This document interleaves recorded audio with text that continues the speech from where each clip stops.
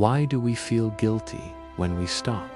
We live in a world that worships speed, a world that has taught us that if we are not moving, we are failing. If we are not producing, we are useless. But look at your own heart. It beats, and then it rests. It beats, and then it rests. That pause, that tiny space of quiet, is not a flaw in the design. It is the design. If your heart beat without stopping, without that crucial moment of rest, you would die. So why do we demand that our lives, our minds, and our souls beat without a pause? This was the exhausting melody of a musician named Jaren, a violin prodigy hailed for his speed and technical brilliance. Jaren lived by a single, punishing rule: never stop. He practiced 18 hours a day, a relentless torrent of notes and scales. His fingers, once nimble, were now raw and calloused, sometimes even bleeding onto the polished wood of his instrument. His eyes, which used to sparkle with passion, were now just dark, hollowed-out circles, testaments to sleepless nights spent chasing an impossible perfection. He believed, truly believed, that every second spent sleeping or sitting still was a second wasted, a gift squandered. He played fast, furious, complicated pieces that left audiences breathless. But lately, his music felt empty. The notes were there, perfectly executed, but the soul was gone. It was loud, but it was hollow. It was a technical marvel, but it no longer moved anyone, least of all himself.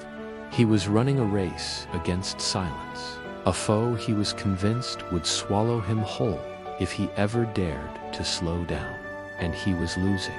The breaking point arrived, not with a roar, but with a shuddering halt.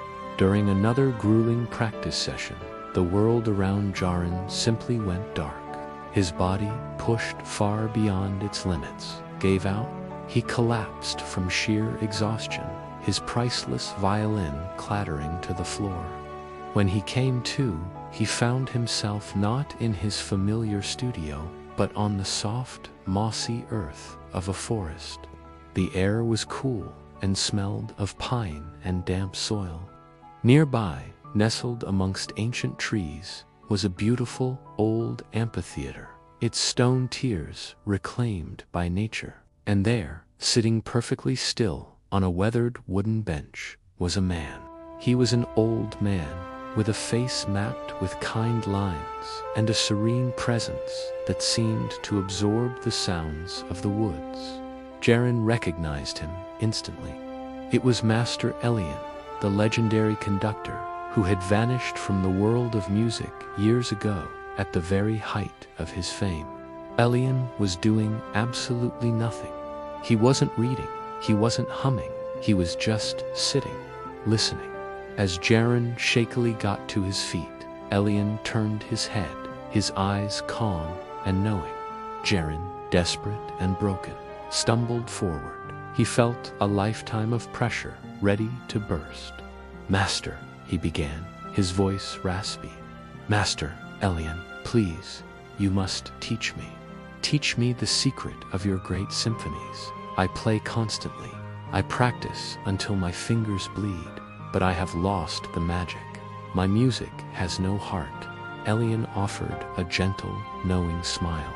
It was a smile that didn't judge, but understood.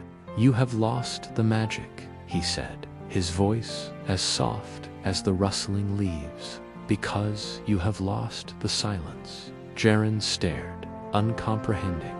Lost the silence. He had dedicated his life to filling the silence.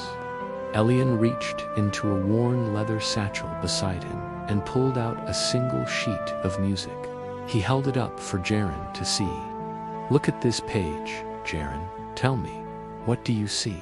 Jaren, a musician to his core, pointed immediately to the flurry of black ovals and stems.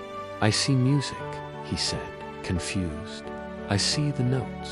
Elian slowly shook his head. "No, you see the ink. The notes are just sound. They are instructions for noise, the music. The music is created by the white space between the notes. He traced his finger not over the notes, but over the empty gaps. The quarter rests, the whole rests. It is these symbols of silence that give the melody its shape, its rhythm, its breath. Without the rests, there is no tension, no release, no story. There is only a frantic, meaningless drone. Elian set the sheet music aside and picked up an imaginary violin and bow. He mimed, drawing the bow across the strings in one long, continuous motion. A low, unpleasant scraping sound escaped his lips. If you pull the bow across the string without ever lifting it, without ever changing direction, without ever pausing to breathe, you just make a screeching noise. Is that what you want your life to sound like? He then changed his motion, miming a series of short, graceful strokes, lifting the bow, letting it fall, pausing. To make music, he continued, his eyes locked on Jaren's. You must lift the bow, you must breathe, you must allow for the pause. Rest is not the absence of work, Jaren. Rest is part of the work. It is the most important part. You are trying to play a symphony of only noise, and that is why your soul has gone deaf. In that moment, something within Jaren shattered. Not his body, not his will, but the prison of belief he had built around himself. The words echoed in his mind. Rest is part of the work. It wasn't laziness. It wasn't failure. It was maintenance. It was necessary. It was like the tuning of an instrument before a performance. He saw his entire life laid out before him, a frantic, breathless scramble to fill every single second with activity, with noise, with proof that he was worthy. He realized he hadn't been creating art. He had been choking it. He had been smothering the music by never allowing it space to breathe. He looked around at the quiet forest, at the silent, listening conductor, and for the first time, he understood. Silence wasn't the enemy. It wasn't an empty void to be feared. It was the canvas. It was the rich, dark soil from which everything beautiful must grow. We do not end our story in the forest. We end it back in the concert hall. Months later, the lights dim. A hush falls over the packed audience. Jaren walks onto the stage, but he is a different man. There is a calm in his posture, a quiet confidence in his eyes. He lifts his violin, takes a deep breath, and waits. He doesn't rush to begin. He lets the silence settle, lets the anticipation build. Then he plays. The first note hangs in the air, pure and clear. But then comes the magic. He pauses, a beat to a space of perfect, intentional silence before the next cascade of notes. The audience leans in, mesmerized. His playing is not faster. It is not more technically complex, but it is infinitely more powerful. He is no longer working harder. He is working deeper. The music breathes. It swells and it recedes. It tells a story of struggle and release, of sound and the profound beauty of its absence. He finishes the song. The final note fades, and again he waits, letting the last vibration dissolve into the quiet of the hall.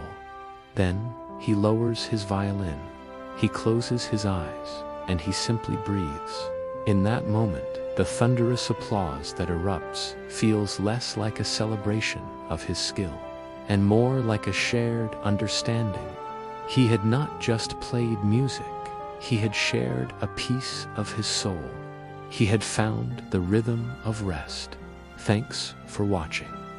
If this story resonated with you, remember to subscribe for more journeys into the heart of what matters.